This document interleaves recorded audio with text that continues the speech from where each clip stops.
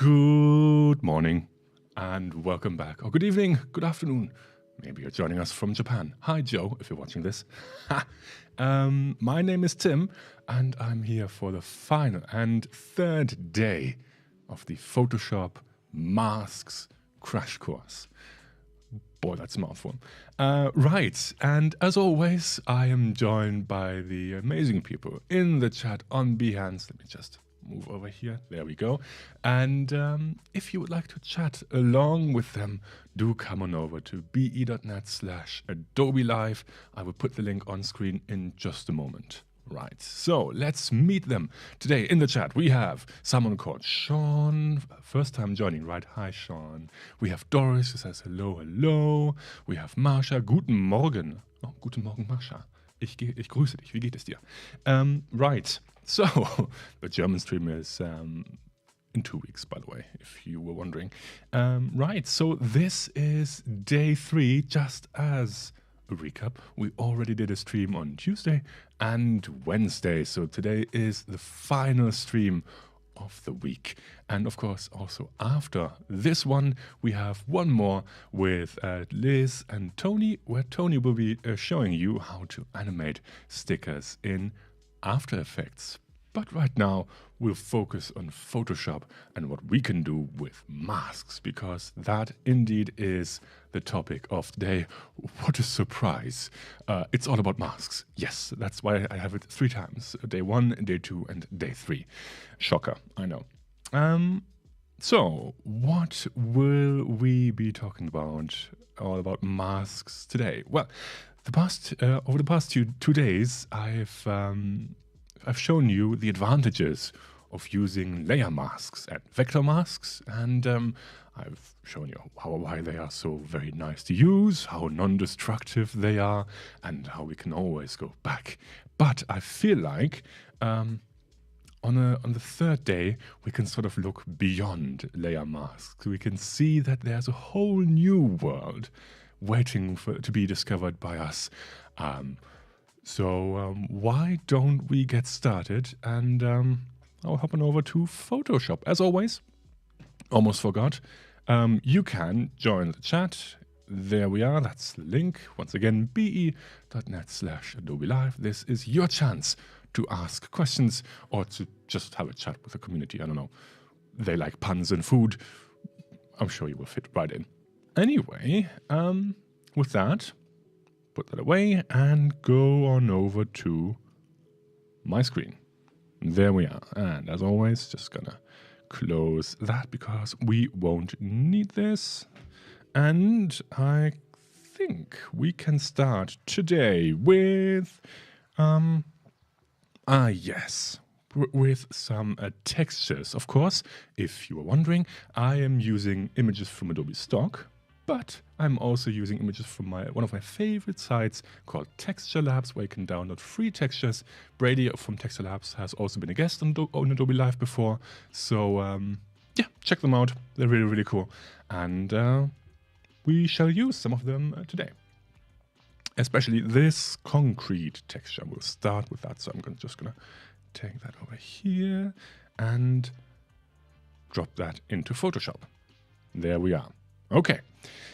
Right, so what I would like to do today, hi Liz, is I would like to add some grunge to some text to make it look like it's actually part of the image.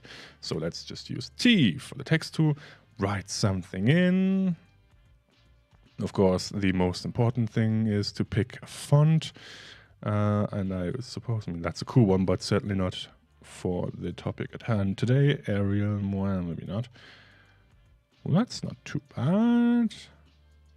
Yeah, ooh, yeah, that's a good one. Let's use this. And I'm going to scale that up. And we need some text. Quick, we need some text. Anybody? Otherwise, we'll go back to Dorktastic. I'm fine with that. Honestly, perfectly happy. I will change this quickly to white because I want to emulate like a paint. Someone painted this on the concrete, so I think white would be the best choice for that. Okay, so let's now add some text. I mean, thanks, Sean. Very creative. I also like this is text, right?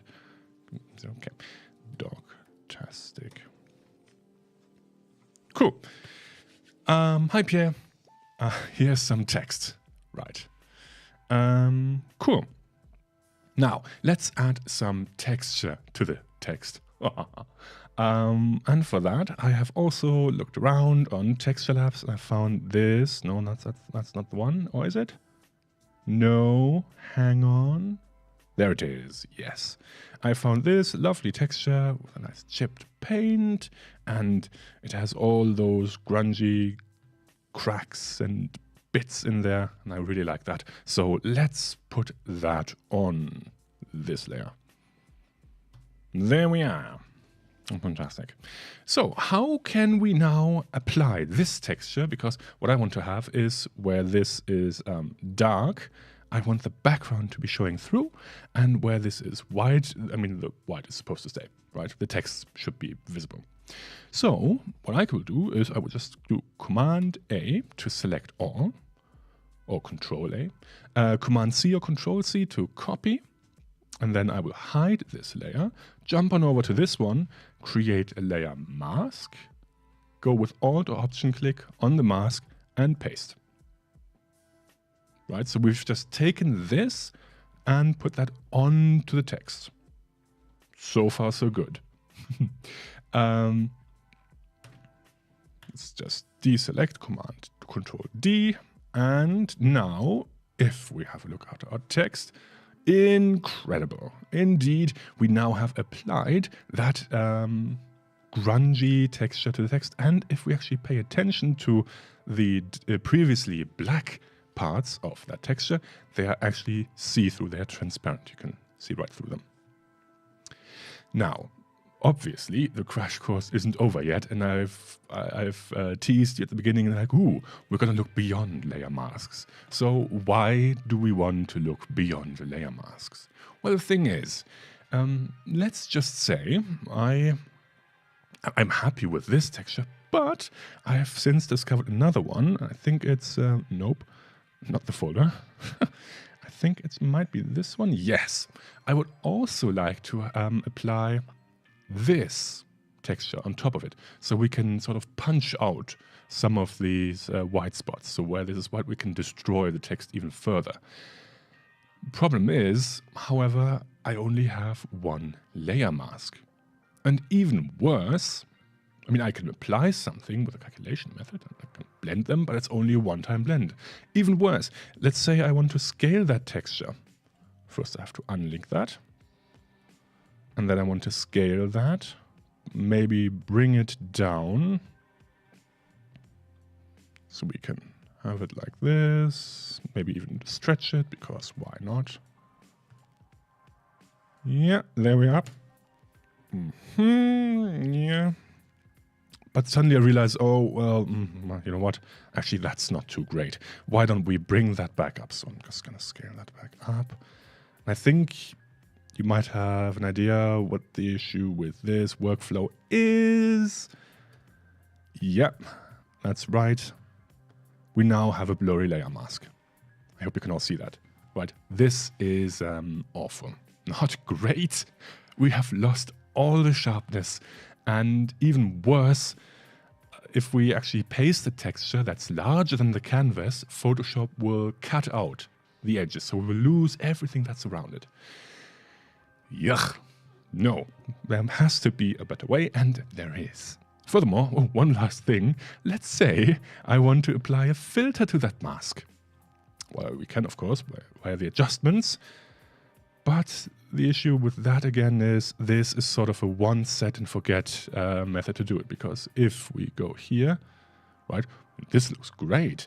But suddenly, oh no, we have committed and we can't go back, really. If we want to do further adjustments, if we suddenly later decide, like, you know what, we actually want to bring it back, we have lost all the detail. You can see, as indicated by these stripes, Photoshop is trying to interpolate, and this will not be we want. We will have some horrible banding and artifacts. And yeah, I mean, that's gone. This layer mask is essentially, yeah, we can throw that one away. I mean, look at it. Really? No. Okay. So now that we have hopefully understood what the problem is, let's see if we can fix it. Okay. For this, we can throw this layer mask away. And no, I won't certainly, I won't delete it. Yeah, I don't want to apply it. Definitely not. So let's try that again. So Sean says smart layer masks. I would say even better.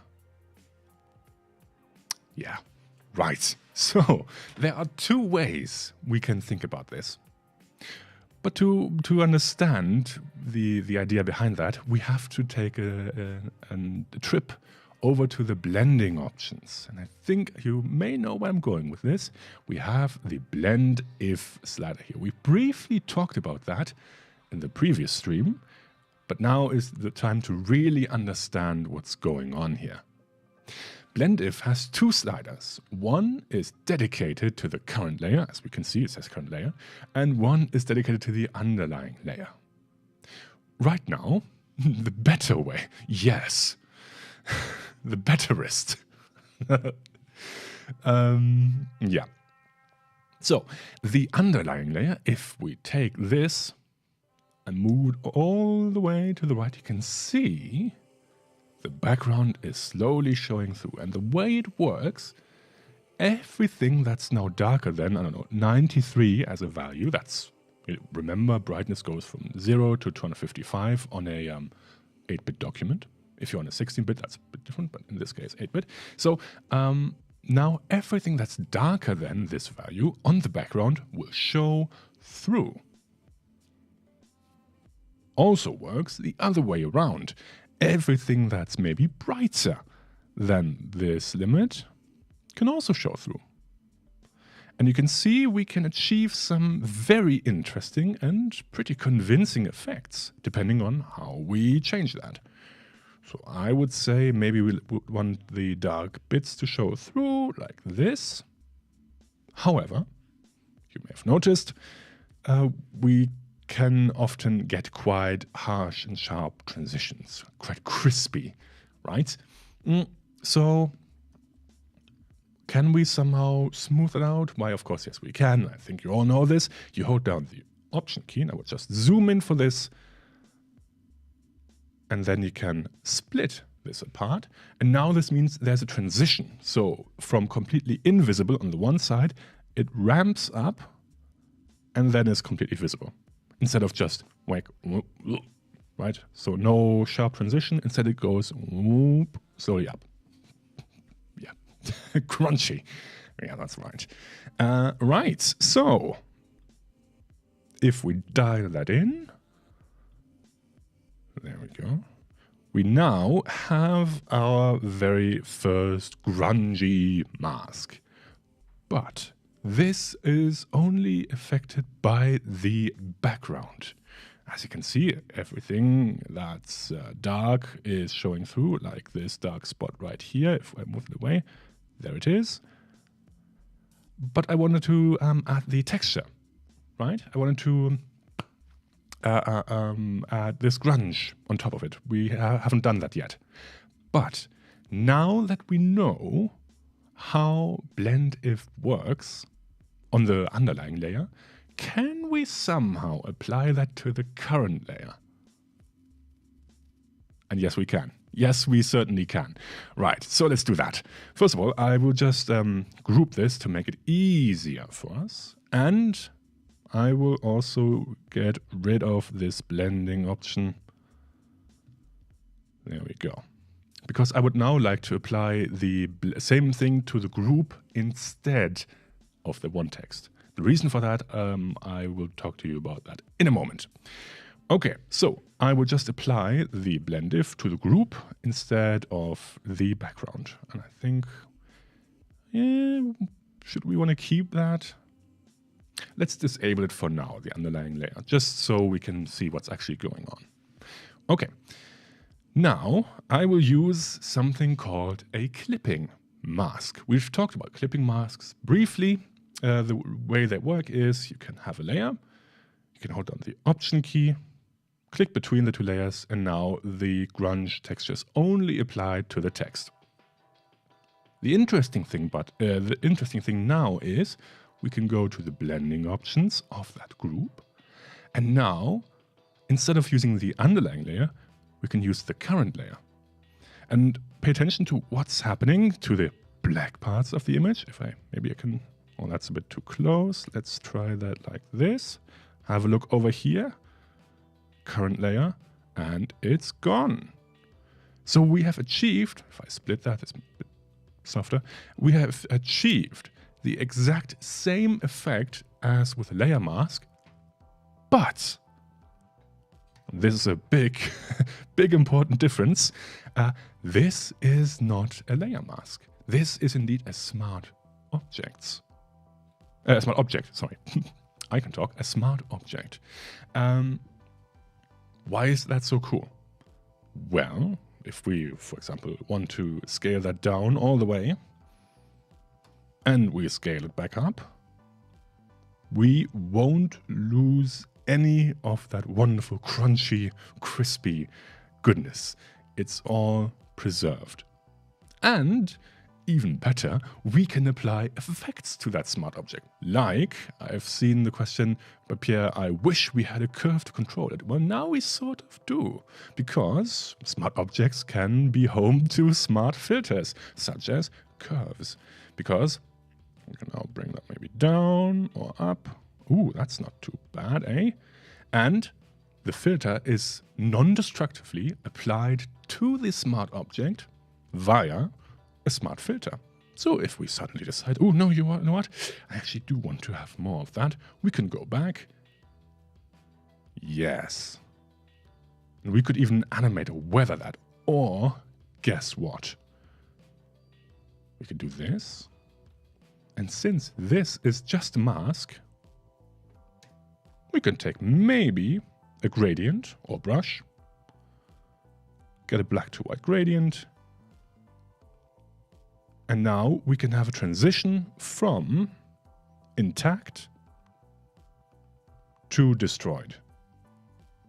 And now think about what you can do maybe with different blending modes and that. Exciting. Right? So, even better now. We have now successfully added to this text some texture. I will just quickly remove that smart filter once again, because as you can imagine, we can add more clipping masks to this. We don't have to stop at one clipping mask. Right, let me show you. Let's say we have another one. I think we wanted to use this. Yep, there we go. So drag that onto the image, hit enter. Now use the clipping mask once again and use a blending mode to apply that. Of course, the thing is we need to probably invert this one because we actually want to knock out the... let me just show that to you. Right. If we were to use it like this, we would hide all the black bits and only the white ones would show through. But I actually want to do the opposite. So I would like to hide these small bits and bobs, and I would like to keep the rest. So I just inverted that. So black becomes white and white becomes black by using Command I, which applied a smart filter. By the way, I'm just gonna quickly delete that filter mask just to keep it clean because we don't need that. And now we can go back and say multiply. Oh, no, I don't want to use a gradient. And we can hopefully, I think I disabled the background. There we go. Yes, we can position our layer. There we go. Maybe something like this. Yes. And don't forget to enable that because we want both of them. And now, watch this, we have two textures, two destruction, grungy, crispy, crunchy, whatever you want to call it, layers. They are sitting on top of each other. There you go. And we can always move them independently. So nothing is being destroyed. And I think that's mighty cool. Think back to just 10 minutes ago, where we couldn't even create, where we couldn't even transform the layer mask without destroying pixel information. Now we are wielding multiple masks on one object, and Photoshop isn't stopping us. Ha, ha, ha, ha. Okay. For those 10-hour flights, I used two Velcro bands to save my ears. Huh? What? I think I've missed something. Oh, I prefer clipping masks. They don't hurt my ears so much.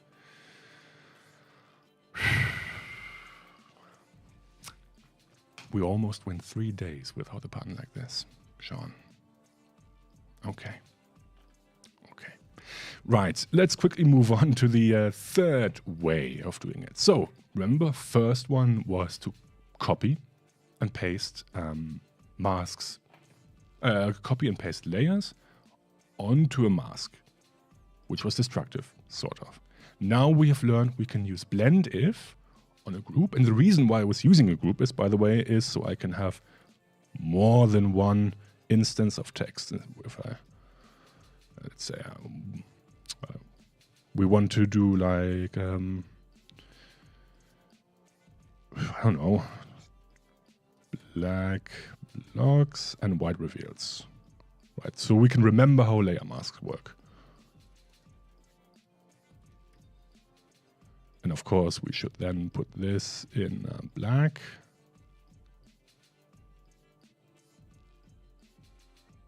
Oop. Hang on. Ah, yes, of course. Yeah, right. All good, all good. The reason why this isn't working, by the way, is because we have, of course, applied a clipping mask. But if we, let's say we want to change the colors, we can group all this once again, and then apply another clipping mask, like this, and then paint with black. Of course, this was the wrong text, so there we go. And then we can change the text. Or we can, of course, use any other color if we want. We can make it more white if we want to. Right, okay. So, and we have used the same grunge texture on both of them.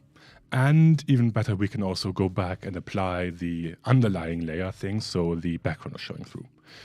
Okay, now I would like to talk to you about the third way of doing exactly that. So let's get rid of everything and let's see if we can't think about another way to do this. Or color overlay on the grouping effects. Yes, we can also do a color overlay. The reason why I was doing this is so I can just simply paint over that. Well, it works both ways, I'd say. Right, so let's now say we have some text again, and for this we shall use another font just to keep it interesting. I don't know which one we could use. Yeah, why not this one? Make that bigger. Honestly, I haven't used that one before, but now we do. And Pierre says knockout. I think you might be onto something here. Interesting. Okay, so we need some text for this once again, and I think we'll call this one general for no reason at all. Okay, there we go.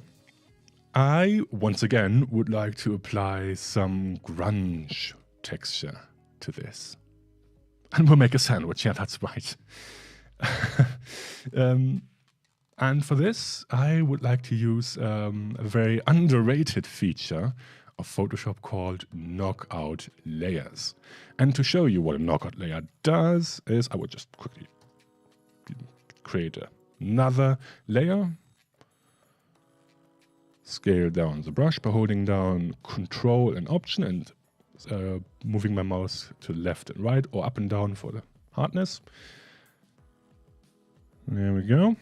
And I will quickly just use any color at all, could be like this red, and I will just paint something over. Now, if we go over to the blending options, either here or as we have learned, I always forget, double click, we can draw our attention over here to the knockout section. Because now if we set this to, in this case it doesn't matter, either shallow or deep, what the difference is we'll find out in a moment.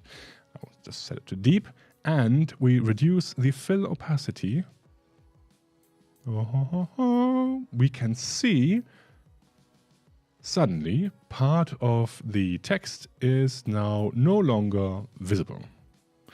And why is it not visible? Because knockout layers will hide, if you reduce the fill, will hide those parts where you have opaque or slightly partly opaque pixels on that layer. So wherever we have drawn, it's now transparent. And this will knock out the pixels up until a certain point. What's the difference now? Well, we have two options how to knock out layers. One of them was deep, one we've used right now, and the other one is shallow. Deep will always knock out layers until the very last one, which has to be a background layer. If it isn't, it will knock straight through the transparent background. And no, it's not enough to call this one background. That's not the same thing. And no, it's not enough to lock this layer either. You actually have to have a background layer. And if you have, by accident, maybe removed or deleted your background layer, you can come back and say Layer, New, Background from Layer. And then you actually have your background layer. So that's a cool trick. If you've ever lost this one, maybe you have deleted it, or you have clicked on this padlock and you have been trying to, oh no, how can I bring this back? Ooh, no, certainly not this one. Right. Okay. Can we, now let's just disable that. There we are. We should really talk about these tools at some point. They're really, really fun. Right, what I wanted to talk about? Ah, yes, masks and knockout masks. This, so now will knock everything out that's not a background layer. But sometimes we actually don't want that.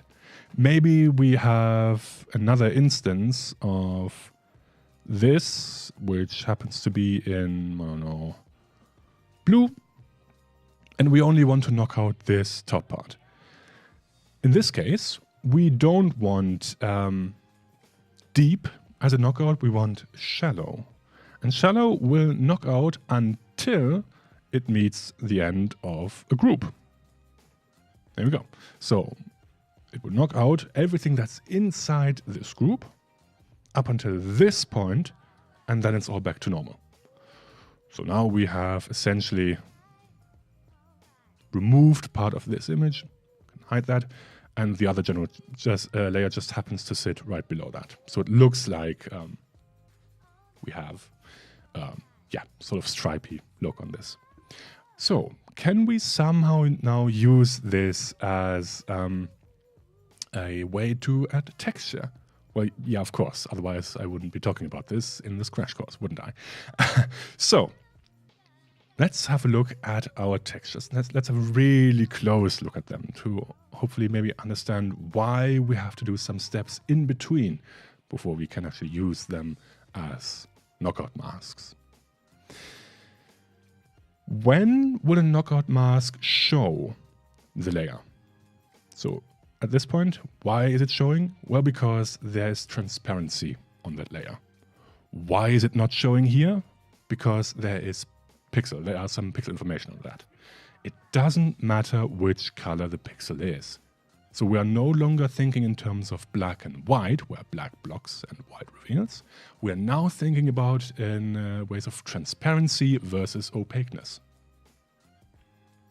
Okay, that's a difference. So we need to somehow convert perhaps this layer. Oh, no, that's not the wrong one. There we are. We need to convert perhaps black to transparent or white to transparent. Remember, it doesn't matter if the pixel is actually black or white. It matters if it's opaque or not. Well, luckily we remember from about 10 minutes ago how we can hide black and or white of a layer. So let's drag that in. Just going to put that outside, move this, and sorry for hurting your eyes. Maybe we should pick another one. Too late now. Oh well. Go over to the blending options, and we can now hide part of that image. And I think for this one, we shall put it like this. Set that into this group, and now knockout shallow. That didn't work. Why? Well, the thing is, Photoshop does... maybe we should really pick a different one. This is not great. As the old song goes, if a grid's misaligned with another one behind, that's a moire. If the spacing is tight and the difference is slight, that's a moire. Let's go back to this one. I think this one is more pleasing on the eyes. Same step though, blending options. I think with this one, nope, sorry, one, this one, there we are. Okay, so why is it not working when I set this to shallow? Well, that's unfortunately a way in which Photoshop behaves with blending. Even though we have partly hidden this file, it still exists. We can see that here on the layer. It's still white. So Photoshop will still knock out everything. So that's not good. Instead, we have to do a trick with Photoshop. So let's bring that back to none. And let's put this layer into a group. And on this group now, we can go ahead and say blending options. And sorry, this one, shallow. Reduce the fill. And there we go. So instead of applying the knockout layer on the layer itself, we have applied that knockout effect on a group. And the group will see the layer as transparent and therefore can knock it out. If you don't like working with groups, you can also turn this into a smart object first and then apply the knockout. Then you don't need a group folder. However, I quite like the idea of having group folders because then we don't always have to go back and say on every layer, ooh, knockout shallow, fill 0. We can just have it as one. So what have we done now? We now have a way for us to bring in textures. Once again, they are non-destructive, they are smart objects even. Ooh. And we can add more than one. Like we can bring back now our dreaded halftone. Or, even better, I happen to have one where the halftone is already knocked out. Sometimes you get this from a stock site. In this case, Texture Labs indeed has already knocked out the white. So this one we could even drag straight away. We don't even need to convert anything. And now you can see. Can I zoom in? Hello? Zoom. Come on. No zooming in. Do I need to place? Ah, there we go. Couldn't zoom in for a moment. Had to place the layer first. And now we have our two independent, once again, layers sitting here. And we can stack as many layers as we want. Now, why is this better than the second method I showed you with all the clipping masks? Well, this one is really nice because we can also now work with adjustment layers instead of just smart filters. That's really cool. So we can really go ahead and customize all the different intricate bits. So let's say, oh yes, I would also like to have this. Place it. Remember, we have to convert that one first by using blend-if. Nope, not underlying layer, current layer. There we go. I will split that. And I think even more than that. No, there we go. Yes. Ooh, that's it. Very nice. Okay, so now we can actually go ahead and apply an adjustment layer maybe. Who knows? Curves. Clip that. And really customize that. And it's not really working. I'm sure I've did Photoshop. It's me. I did something wrong, I'm sure. Oh no, it's working. I was just not dragging it far enough. I was getting worried there for a second. Like, why is this not working? It is working. I just wasn't aggressive enough. Okay, so we can actually now customize the level of grunge. There we go. And we can go even further and perhaps even apply like a clipping mask, not a clipping mask, a gradient to this layer mask, so we only affect this in part of the image. So I feel like this is much more powerful than what we had before. Because now we're really free. We can do anything we want. We can scale the textures, we can apply filters to them, we can apply adjustment layers, and everything is completely and utterly non-destructive. And even better, it's live. We can type something else in. Right? Completely non-destructive. Super duper cool. Right. Let's see what the chat says. Never seen this before. Yes, score. Somebody take a screenshot of that and send it to Emma. Shallow, see next up. Yep, that's right. Very good, Pierre. I have the feeling you already know a lot about Photoshop. Maybe you can do another crash course. No, just kidding. It looks like a city map too. Yeah, that's right. A bit. I can see that. Like more like a European city, maybe. And colored smart object. Oh, yeah, good point. The color of those layers does not matter. Since, remember, we are only interested in transparency versus opaqueness. So these could be any color we want. They would still show up as just, they will still look like a mask. Okay, let's see. We need Adobe Camera as an adjustment layer, not just a smart filter. I know. That would be cool. Photoshop team, if you're listening. No moire. Yeah, that's right.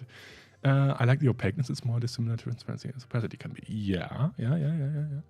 It's like a schwarz oder Kirschtorte. Layers of different kinds interacting differently. That's right. Root. I have known that. This is amazing. Oh, that's too kind. Okay. Now, let's go over to one last thing, because we are almost at time for this crash course. And I just wanted to, have a bit of fun at the end. I think I have, let's see, yep, that's the one. Yes, I have this lovely texture from Texture Labs. And I would like to add some text, as always. And for this, I feel like, why don't we use something that's more thin? Yeah, not really feeling that one. Wasn't there like a cool text, a cool font just a second ago? I feel like if I can't find it again, we'll just use anything at all. Let's see. No, I don't want to spend too much time just picking a font, because that's a boring bit and nobody want to watch that. So let's just use, so it doesn't matter, let's use this one. Okay. There was like a cool narrow font. I wanted to use that one. Oh, well. Okay, so let's bring that all the way up so we can see what's going on. We need some text as always. And we shall call this one Etienne, for no reason at all. Okay. I would now like to have this text disappear behind some of the clouds, and I would like to have some blur to that, so it looks like it's sitting right there. I know, riveting.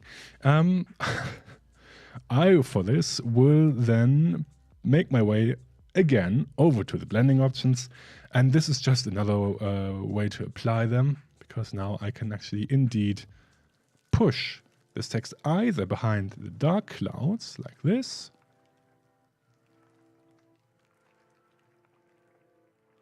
Or, if you prefer, we can also push it behind the lighter parts, like this. Honestly, this is very much up to you, which look you prefer. I think we shall go with the dark one. I like that one. It's sort of, in this image, it's sort of ambiguous. We don't really know which cloud is in front of which. Looks like the dark one is in front, so let's use the dark. And there we go.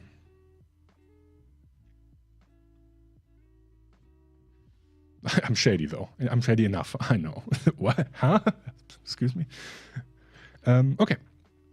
I now also would like to add some blur to the text where it is behind the clouds, because I feel like if the text is partly obscured by a cloud, there should be some softness. We shouldn't really be able to see the sharpness of the edges. So perhaps we can use the last 5-ish minutes to blur parts of the image, and we shall use a layer mask for that as well, but in a different way.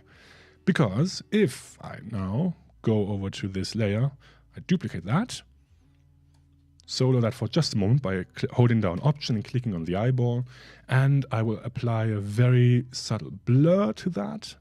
So that's under blur, of course, Gaussian blur, or Gaussian blur as it's called, because Gauss was German.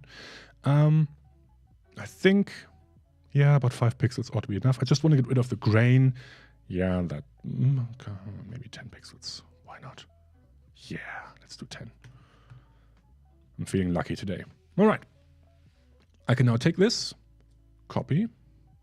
We can get rid of this layer again.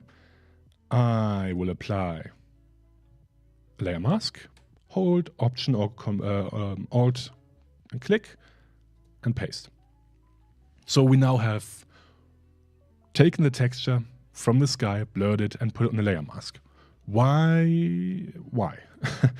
Because it turns out the filter under blur and lens blur, the lens blur filter, can take, yes, I know we have to rasterize, unfortunately that's the way it is, the lens blur filter can take a layer mask as a source and blur based on that layer mask. So if we go a bit closer, it takes a moment to render. That's why we have this thing here. I can also set it to even more accurate, so that would take even longer. Now we can only blur those parts where the cloud would be in front. So I think the T should be blurry. Oh, it already is. Look at that. I can set the focal point where I want to make sure the text is sharp enough. So I think the bottom of the T, that should be in focus. So let's just set the focus point. We'll take a moment again to render, as indicated by this, because I'm working with a very large layer. And we can also increase the radius of the blur to make sure it's actually properly blurred. Let's wait for that to render. And there we go. I think that ought to be enough, right? Click OK. This will now take a second to render. And now we can see every time the cloud is obstructing the layer. Perhaps that was a bit much if you ask me now. Oh well, too late. Perhaps we should have reduced some of the clouds because most of the text happens to be behind the clouds. But you can see, I think, right? Every time there are some clouds in front of the layer, we get a blur effect like this. And this is not really, I mean, oh, hang on. First of all, we need to disable the layer mask because otherwise we'll have it applied twice. Right, this is how it should look. That's much better. I was wondering why it was so dim. This wasn't looking quite right, but now it is. So now we can sort of cheat and bring back some of the clouds or bring them in front by, and this is very cheaty, we can use the dodge and burn tools, and this is very destructive too, I know. But with this, we can actually bring part of the text in front. Of course, we need to pay attention that we don't overdo this too much, otherwise it will look very weird. but like this. And we can also use the burn tool to put some of that text even further into the distance. There we are. Can hide that E. And of course, like I said, this certainly is destructive, right? So maybe instead of now, you can use a adjustment layer if you prefer that, or you can use a second one and you can group them together. But I feel like this is a really quick and dirty way to hide part of that image.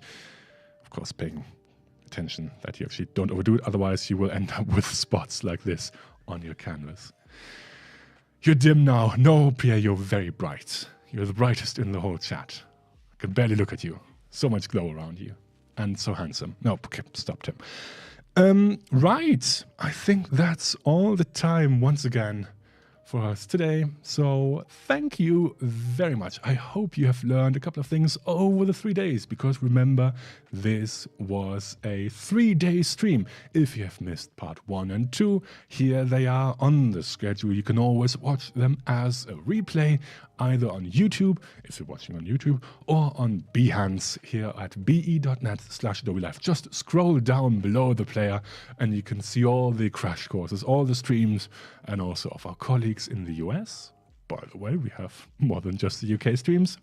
And that's it for today. So let's see the chat. Very subtle, but perhaps give a cinematic feel. Yes, I know. So good. I have a lot to rewatch. Definitely. Thank you, Marsha, and thank you, Ruth, and Pierre, and Doris, and everyone who has been joining us today. Oh, yes. One more announcement for the UK friends. After this one, we have the animated stickers stream with Liz and Tony, where Tony will talk to you about animating the stickers they have been working on in the past 2 days in After Effects. I will be back in 2 weeks in German. So not next week, but the week after that.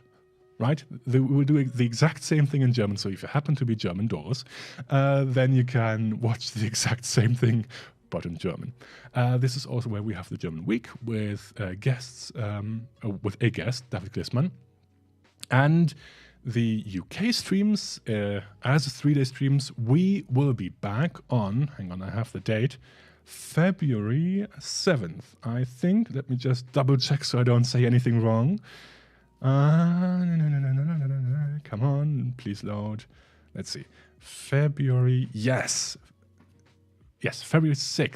That's a Monday. We will be back on that day, and we will have more crash courses, new ones, with me. And we also have, can I reveal that already? It will have to do something with Japan. So make sure to join us in, to tune in and join us. Not join us in, that's not a word. And I think with that, oh, and of course, the Monday streams, so the solo stream and the express streams, they will be weekly. So we will have another one next week, and the week after, and the week after, and the one after that. But the big streams, 3-day ones, they are now spaced apart because we're switching between German, English, French. Right. Thank you again for joining us.